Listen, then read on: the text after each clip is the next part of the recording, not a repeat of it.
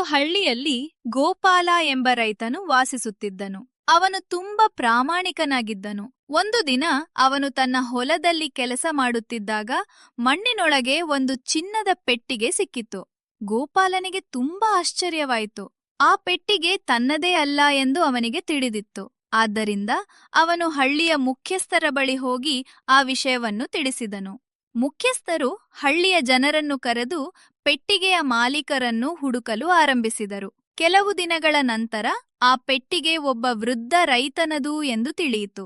ವೃದ್ಧ ರೈತನು ತನ್ನ ಪೆಟ್ಟಿಗೆಯನ್ನು ಮರಳಿ ಪಡೆದಾಗ ತುಂಬಾ ಸಂತೋಷಪಟ್ಟನು. ಗೋಪಾಲನ ಪ್ರಾಮಾಣಿಕತೆಯನ್ನು ನೋಡಿ ಎಲ್ಲರೂ ಮೆಚ್ಚಿದರು. ವೃದ್ಧ ರೈತನು ಕೃತಜ್ಞತೆಯಿಂದ ಗೋಪಾಲನಿಗೆ ಒಂದು ಬಹುಮಾನ ನೀಡಿದನು. ಆದರೆ ಗೋಪಾಲನು, ನಾನು ನನ್ನ ಕರ್ತವ್ಯವನ್ನು ಮಾತ್ರ ಮಾಡಿದ್ದೇನೆ ಎಂದು ವಿನಯದಿಂದ ಹೇಳಿದನು.